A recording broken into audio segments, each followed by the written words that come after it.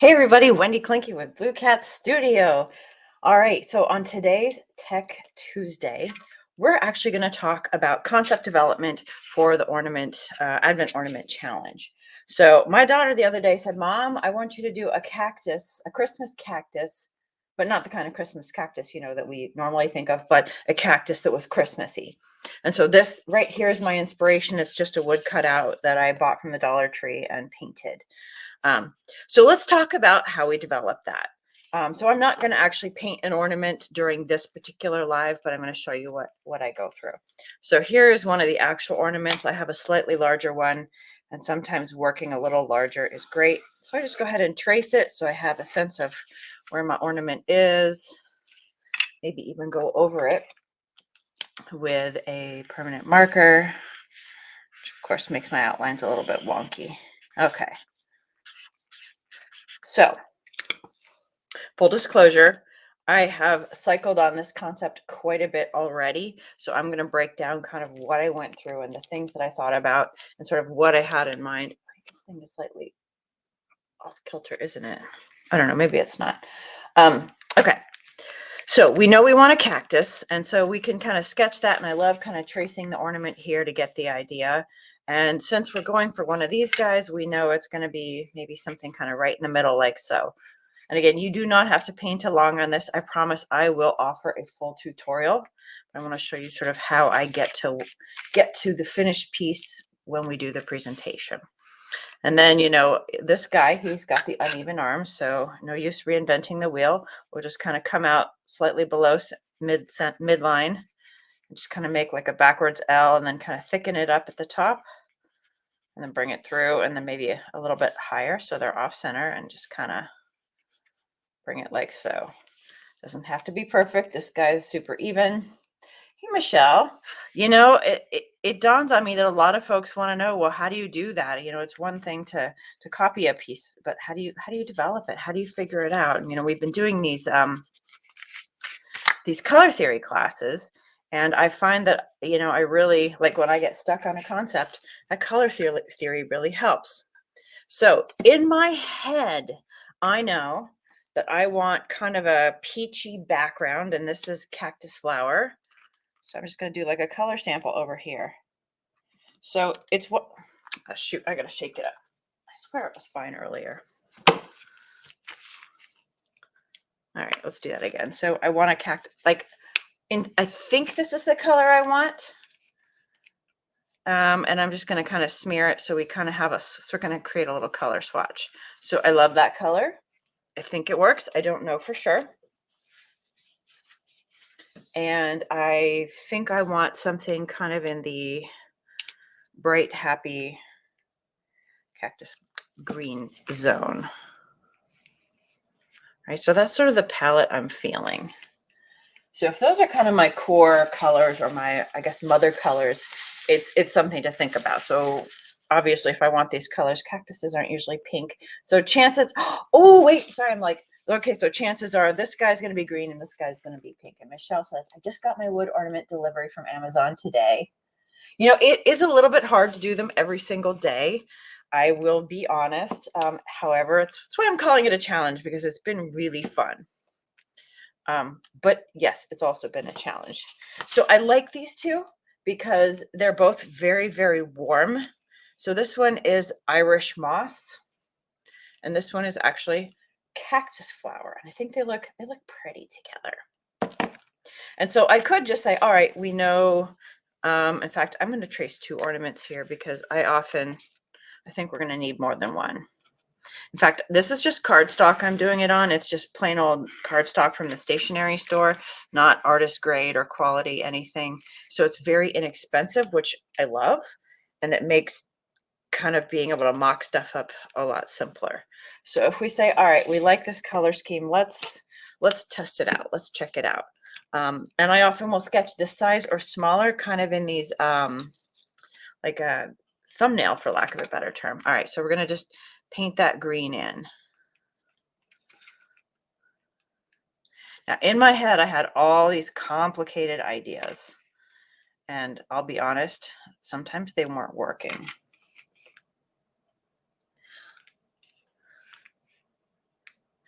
Michelle, that should be plural. Ornament stillery. Well, I knew what you meant. Whoops. So here we go. Again, just kind of sketching it. In fact, getting this guy painted in is a whole lot easier than getting it sketched in, because I can just whip that paint in there. And we're not really super focused on the form and getting it perfect, but we're trying to get a sense of, okay, we like this color. We think we like this color. Need to get my offload sheet. And I have to remember not to be lazy and actually remember to rinse my brush so often. Sometimes when I'm working all by myself in the quiet of nobody else is around, I get a little lazy and all my colors smear together. And then I'm like, oh man, I got to backpedal from it. And so don't be like Wendy. So just going to rinse that color out of there real quick. And then we'll test the cactus flower next to it. And then decide, is that a cool color combination or do we want to do something else? I'm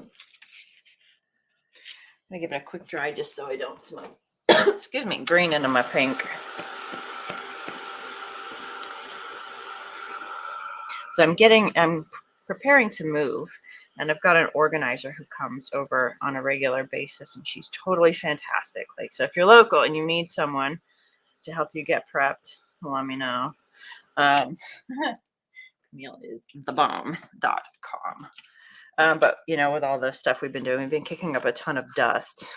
So I'm not coughing because I'm sick. I'm coughing because we kicked up a lot of dust yesterday. So now I'm just taking this cactus flower and just kind of roughing it in around this guy.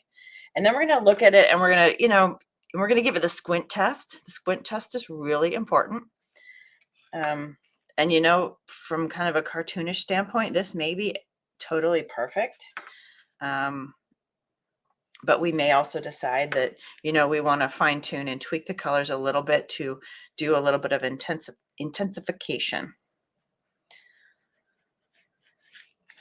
And so while I'm allowing that to dry, actually that looks pretty cute, doesn't it?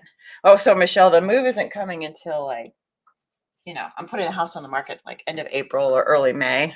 So we've still got a while, but I accumulated a lot of stuff and my art supplies are taking over and it's just become a little bit of a disaster zone here. So we need the time. Okay. So in addition to the cactus, I also want to do like some like twinkle lights on this guy.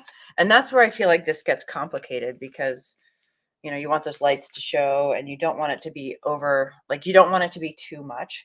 So in a couple of my previous sketches, my light shows ended up making the thing look like it was pig pen. It was just so covered. So in the idea of simplifying, I'm going to sort of start at the bottom and I'm thinking I will loop around. Now I want to like wrap. And in real life we would do that. But when you're trying to paint something like a string of twinkle lights, it gets crazy. All right. So we'll bring this around. I'm going to kind of do it. A notional wrap here, kind of come around.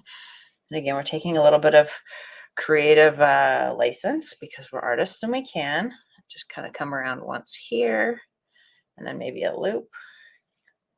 And we'll let the lights in like so. So it's not too much. If we go much more than that, even though that's fairly simple, it gets unmanageable. And again, it looks like freaking pig pen. Okay, so when I give this a squint test, in terms of value, these are very, very similar. This one's a little bit darker than this one. And so I find myself saying, okay, so can I amp up the darkness for this one and maybe lighten this guy? And that's one of the ways that you can kind of take something from a little bit muddy to pow. I really like it when my stuff pops off the canvas. So a couple of options that we have: neon pink. So again, we can do the color swatch before we start painting, and sometimes that helps. And then my good old standby favorite bestie here, Mermaid Tail. So again, we just go with small samples on the palette. I've also got in my quiver some citron green, which is real bright. Or I've also got a bright canary yellow from Manita's, although this stuff has been acting a bit watery. Maybe I didn't properly shake it earlier. I don't know. It it wasn't my favorite. Whoops, paint bogeys. So we'll put that guy there. So now you can kind of see this is almost like just a lightened, a little bit more yellowed version of this. And that hot pink is like, pow. Another option or mixer is, come on out, fluorescent orange.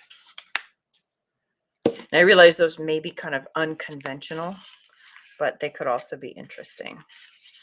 So we can kind of put some sample palette here, maybe bring this guy kind of in between and see what we think about those guys together. I'll come around and make a little bit of space here. Give them now it's like this, my little sample here is starting to look like a pickle with a citron green wig. But I'm just trying to get the colors in proximity to one another so I can kind of test them and see. So Michelle says she moved 2 years ago. Yeah, you start many months ahead. You have to. You absolutely have to. And, it's like, so my mom and I are consolidating households because she's got Alzheimer's. And, we want to get all moved in and sort of cohabitated before it gets bad because she's in the very early stages. And so we have time. And so we're like, all right, well, let's do this and enjoy, kind of her sunset years together. She's like, she wants to go now. Okay, so if I am sidetracked. All right, so now I'm going to look at like some other colors. I'm going to bring some hot pink in here and just see how that looks, which is, oh my goodness. Look at that color. Look at that color. Look at that color. That makes me super happy. Okay. Thank you, Michelle. So far, she's doing great. But we know it's coming, and it's been coming for a while. So it could be worse, right? Okay, so that pink is pretty rad with that pickle green. You know what? I am renaming this Irish moss to pickle green. That looks like a pickle to me. And then let's just check out the orange as well. So again, we're kind of saying, all right, we want a bright kind of sunsetty look. We want kind of so that orange is a little bit bright, but then we can kind of take some of this and mix them together and sort of see. Oh no, that's an amped up. That looks like a fluorescent red, which is, by the way, quite beautiful. At least I think so. So I also like these two together. I love this color combo here. Phyllis the pickle. Thank you, Terry. I needed a giggle. Okay, so these are very intense. We may not want them to be quite so intense. So one of the ways that we can do that is to kind of desaturate them by adding some white. So just grabbing some white. And I'm going to kind of just push some of that in here. So we're playing with color. Now notice this color I just mixed is starting to look a lot closer to that guy. I'm kind of bring that over here. Bring it here. Just again, trying to get my colors kind of close to one another. And so while I felt initially that I wanted this color, that's like practically a grayish pink compared to the other colors. Now, again, my eyes, I'm super, oh, Michelle says it looks like a pickle with 70s disco hair. Yeah, it totally does. For the Advent Ornament Challenge, we're doing Phyllis the Pickle with 1970s disco hair. I love it, you guys. I appreciate you. Okay. So when we look at this versus this is nice, but as it dries, it comes a little bit flat. So we might be able to use it, but I'm really loving this color. And I feel like this color pops this guy better. And when I give it the squint test, because we put the white in there and the light fluorescent orange, in terms of values, this is darker and this is lighter. So I think we can get away with more with that. So the next idea is, do we want it to be solid or do we want it to be more of like a sunset look? And I'm really liking that. This combo right here, they're too close. It doesn't quite work. Whereas that and that look nice. So that tells me that if these are my two primary colors, main cactus, main sky, then yeah, Cassie, that's what I'm thinking is sunset. And I don't know, you guys have cactus in New Mexico? You have to tell me that. So anyways, I'm thinking these are my two primary, main cactus, main sky. And then this may be cactus highlight, and this may be our wild color, our wild card that we throw in there. No veggie tails. Oh, yeah, that's right. It's been a while. Oh my gosh. I'm a little bit happy my kids are not that young anymore. So let's play with a sunset idea. We have kind of like our mid fluorescent color here. So now that we've mixed that, you could just use a fluorescent red. However, I'm going to stick with a palette that we've got. So just kind of filling in, and I see also why I sketched multiple ones, because it's like, here's the basic idea, and then let's play with the other stuff. Okay, now I need to mix a little bit more of this stuff to get a little darker at the top. In fact, we'll just come in right at the top with that screaming sky. Well, it's not as screaming as I wanted. Let's see, maybe we can get a little screamier. So a little, as we call it, on canvas or on surface mixing. So it's really bright up top, and then kind of bring it down a few notches by adding, oops, you can't see that. I'm adding white into it just to kind of test it out. Okay, and oh yeah, I feel like, okay, let's make that continuous. It looks very weird when it's all broken up by our pickle cactus. So if I was adding any really dark colors to this, I would begin with my blending with the light colors and then intensify from there. In fact, I'm kind of having to go do that now. But like if I wanted to add like a navy blue or a purple or something really dark in the sky to kind of frame it, I would need to work my way from light to dark, potentially doing some offloading. Okay, so that's pretty fun. I'm really loving those colors. Oh, Michelle says she was you're happy when they outgrew Dora. Yeah, it's okay if we're on the cactus lesson. It's not a cactus lesson. It's on the we're coming up with ideas lesson. And Cassie says lots of cactus, but not that one. It's just a saguaro or whatever it is. Okay, I'm gonna give it a quick dry.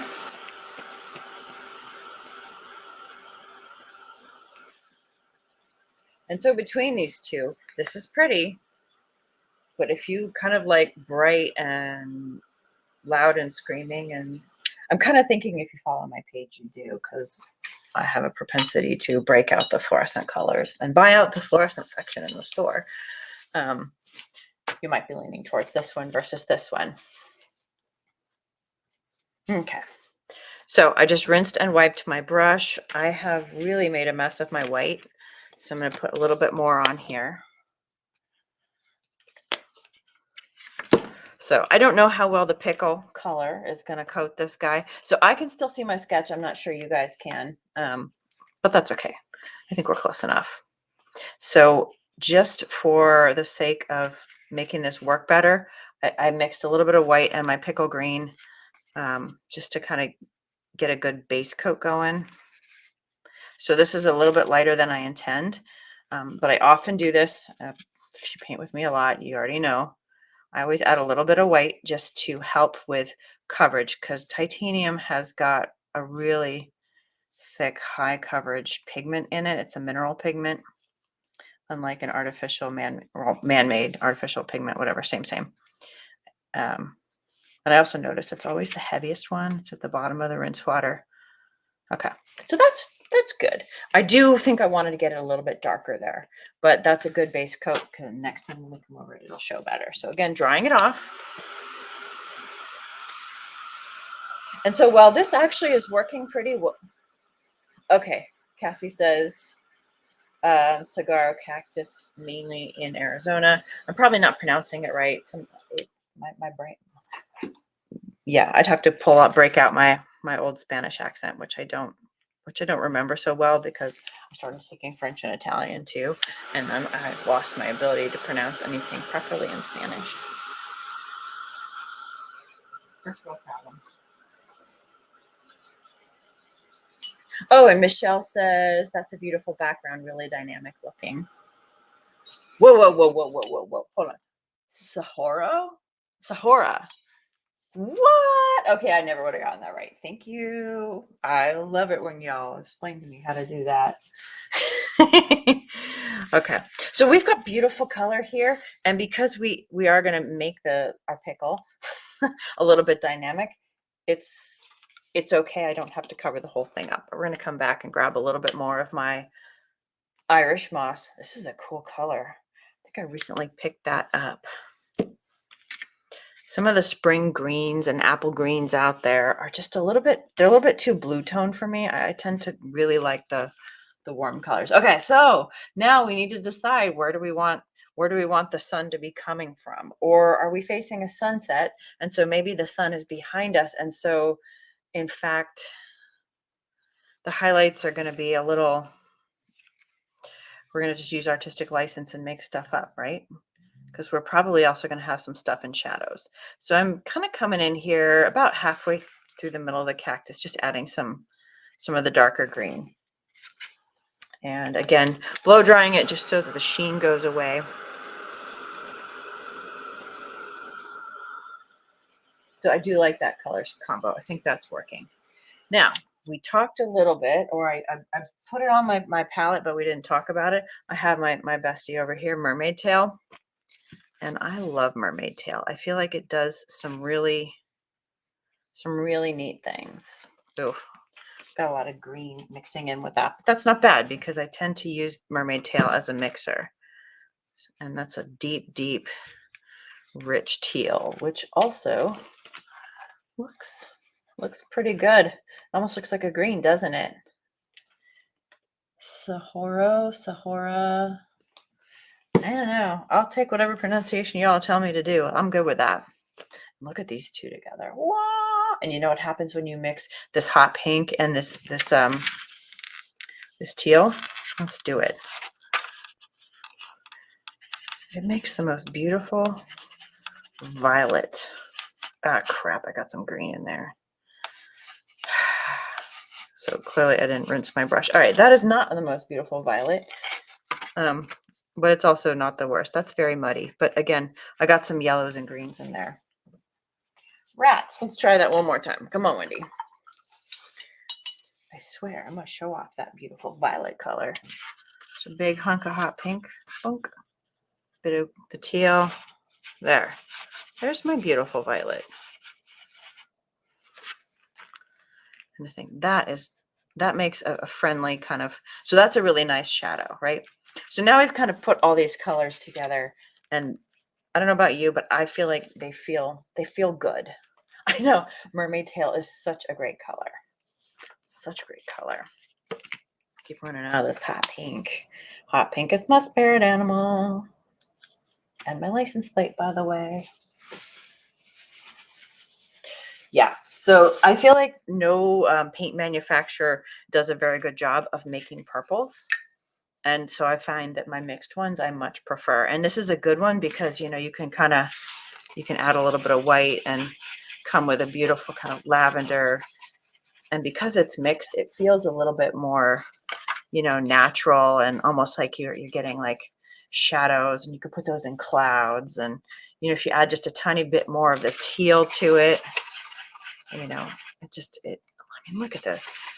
There's such a range of things you can do. I'm totally digressing, but this is why I don't like bottle. I use bottle colors all the time, but that almost looks like a light blue with a light purple touch. It's amazing. So yeah, Mermaid Tail and hot pink all day long. The other one, which I'm not using today, but Mermaid Tail and the quinacridone magenta is you know what? Look here. Let's just do it. We're in the design process, right? We're playing. We'll take some quina, and we'll take some of this guy. And wait for it, my friends. Okay, so I got that one's more on the blue side, but look at that. It practically looks like a blue. So I could add more quinacridone to it and get a deep, deep plum. And so here, this allows me to get even darker. And again, I'm just showing you because we talked about magic purple formulas, or I could add a little bit of that plum to the dregs of my magenta and go even plummier. I mean, you just can't get those in a bottle, or it's very, very hard, or you can spend $22 to get that color, or you can mix it for $6. Okay. I am totally digressing. Thanks all for thanks for hanging with me on the little digression. So I'm just rinsing and rinsing my brush, and I'm going to step down to a smaller brush. So I'm going to go with it's bent. Look at that. Some of these things you buy on Amazon from China, but it's got a really good shaped bristle, so I'm going to go with it. Okay, so we want to do a little bit of something to this. Now I want to add some shadow, and I want a little bit of this violet to show up. And I also want to put a little bit of the teal in here. So we'll begin by mixing a slightly darker green. So I'm going to take our Irish moss and a little bit of the mermaid tail and just add some we're going to intensify a little bit. And hopefully I don't, again, so I'm going to kind of just cover not quite half, but a portion. And that adds some nice depth or roundness. And again, I'm just kind of picking a side, like, okay, so the left side is going to be the more shadowed portion. Oops, it's supposed to be on the underside, not the top side. Whatever, it's fine. And so now we're getting a little bit of depth, and now you kind of feel like, and even, you know, maintaining some of those lines in there, it gives you those, it makes it kind of look like the lobes or whatever, the piece of the cactus. So Cassie, I'm happy to know that the purples are your favorite. And by the way, that the pink snowy trees from day one, you were like, add purple. That was the missing piece. You totally like help me take that thing to like the whole next level. So now I'm just going to play around a little bit and add some of my mermaid tail teal. And I love the mermaid tail in this context because it tends to kind of pick up the green aspects, and the bits of blue that are in it give it oh, come on, tongue. It ends up looking more like a shadow versus like a blue. Like your brain doesn't really register that as a blue. It just registers as like a deep green. Okay, and now, I'm going to rinse because I have green on and I want to go for the purples, and green and purple makes brownish, especially when we're using these very high yellow greens. So I don't know if you can see that. This has got a lot of yellow in it. This has got a lot of yellow in it. We're really in the warm tones for the most part. Where's it going? Oh yeah. So we'll mix a little purple. So grab a hunk of that pink over here and a hunk of the mermaid tail. Yeah, that's pretty. And you can see that this is, because the pink is lighter, it's just a slightly lighter purple. This gets so intense. So I can't get it quite as plummy as that. But it's okay because this is a shadow purple, not an in-your-face purple. And I can just kind of come around and, you know, just add little touches. Just a little kiss of purple kind of along here. So this is kind of, you know, how we really try to make it pop off the page. Whoops.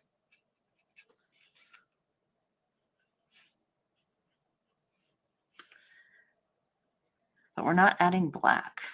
I mean, I like black, but I feel like it kind of detracts from the intensity and gorgeousness of colors.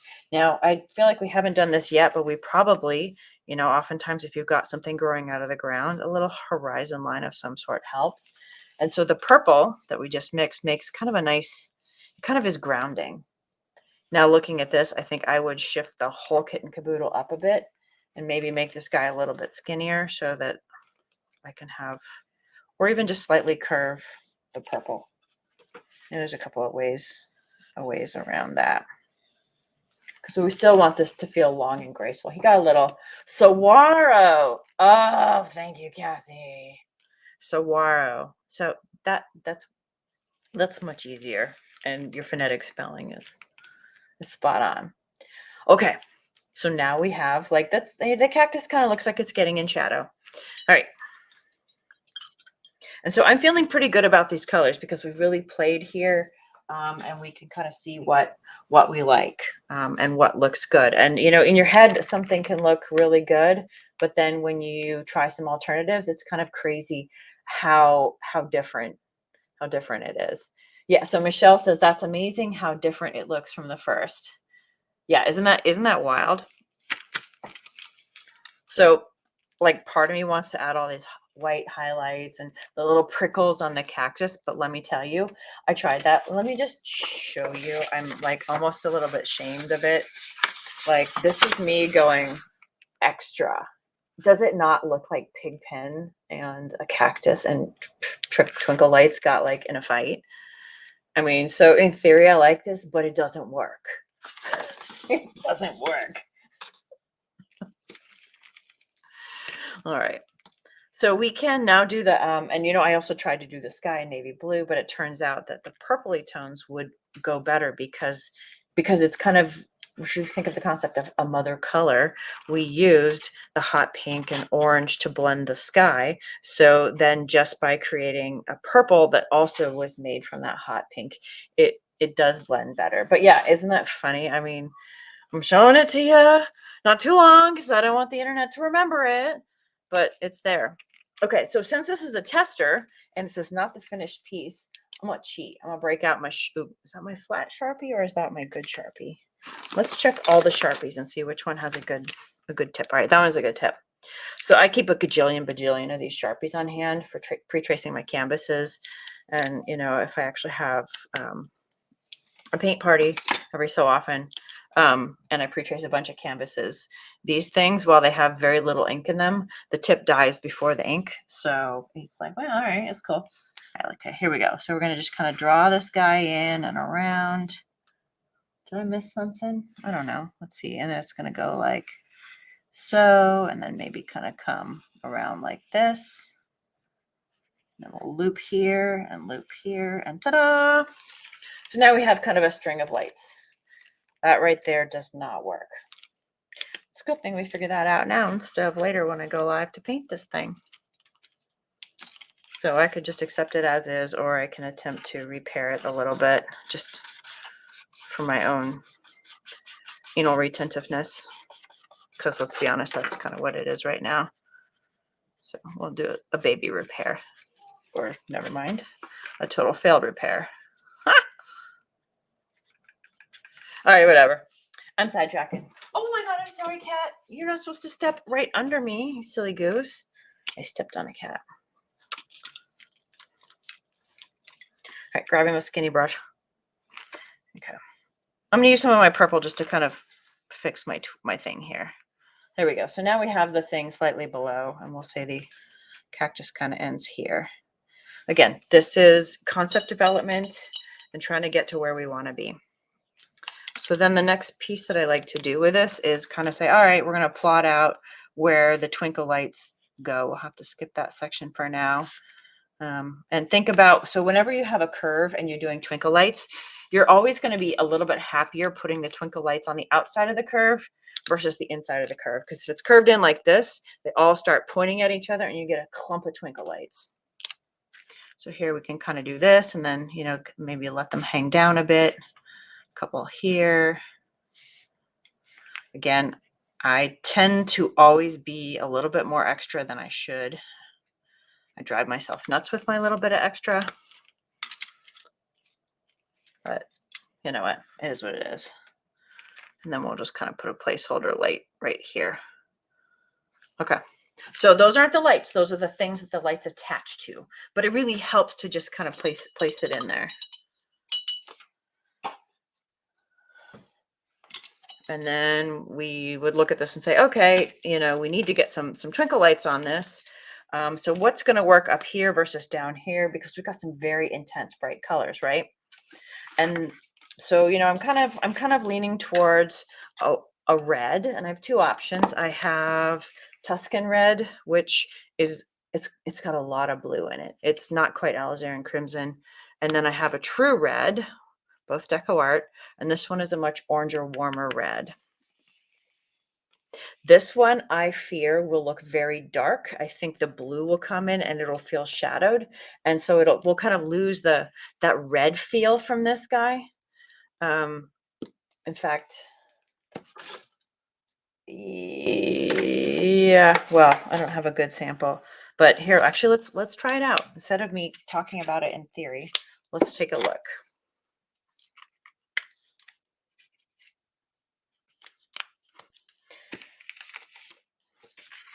So if I'm going to put this red kind of on my mix here. So this is I just grabbed the Tuscan. So, it looks nice. Oh man, the camera is playing games with me. It looks great right there.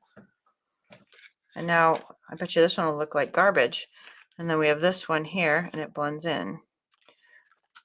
But oh my gosh. Okay. Well, so in real life, this one looks better. In real life, this one looks like a deep burgundy and it doesn't appear red. On camera, this one looks better. So that becomes then like, all right, well, I'm painting to make this look good for you. So maybe I tell you to get true red and I paint with Tuscan red so that it looks right to you, so that you feel that you're getting the same effect as me. Whereas I look at mine in person and go, oh my God. I know that's kind of crazy. However, if you feel like you've got a Tuscan red that's not quite working, you can always add a little bit of fluorescent orange to it. It's a way to brighten up a red a bit and just amp it. So it's still more intense than this red, but it's got a little bit more ampy amp. So we'll kind of put that guy there. Whoops, get a little thicker coat of it. And I think that one is better. It's kind of in between the two. And so I can also say, all right, maybe the bright reds go down here where it's lighter, or on top of the cactus in a few spots. But up here in the orange, it's not gonna be awesome. So we'll do a few just for balance. But it does help to be a little bit strategic where you're thinking about like the colors of your lights, right? Maybe put one on the light green. Oh, I could do one more here. Boop. I like kind of whatever, see-through, not see-through. So you can kind of see, all right, that kind of works. And so with all these lights, we are losing a little bit of the fun of the cactus, but again, we're here to be light. We're here to just play and be goofy. So for the lights here, I have a favorite blue from Sargent Art that they no longer make, and I'm devastated. And I pulled this one out earlier and it was virtually the same. So I've had a little happy dance today. And this one is crisp blue, also another one I'd never seen before. Cassie, you don't have all these colors. Oh, okay. So I will tell you, as one of my inner circle members, one of my insiders, I will highly recommend that you get a pack of the fluorescents or the neons. So you can either do the Deco Art neons and get them all, or you can do the Liquitex Basics ones. We use them quite a bit. And again, you can pick away at them. And I think that maybe you can show me your pink collection and we can help you find the right colors. So we'll take this bright blue. I'm just happy to have a name that you can actually purchase, because this is very, very similar to the color that just makes me so happy when it comes to blue paints. And I feel like all the rest of these are kind of crashing into stuff. All right, we'll put a little blue here, half off the page. And there. Do we need one more? Yeah, maybe one right here. Oh, I could put a yellow. No, I'll do the yellows and the greens elsewhere. Okay. So just kind of a balance. I'm not really counting. We're probably not even. Gosh, I'm practically doing the tutorial for this thing. Except there's a lot of chit chat and it's been like 40 minutes instead of me aiming to get it done in 20 minutes. Now we'll go for a straight yellow. It's a canary yellow. And this is a cool yellow. It's almost got bits of green in it versus, say, a red yellow, which might be cadmium. Now, yellows tend to be very, very thin. So we also, and this is just one of those things you end up learning after a while. Add some white to it to give it a lot more kick. That'll stand up better. Oh, there's a pink booger in there. That's nice. So here's where, this bright yellow will probably look pretty good on the orange and in some of the darker spots. So definitely on the dark green portions. And then I guess I need to save a couple for like green or pink or I don't know. What other color light do we need, guys?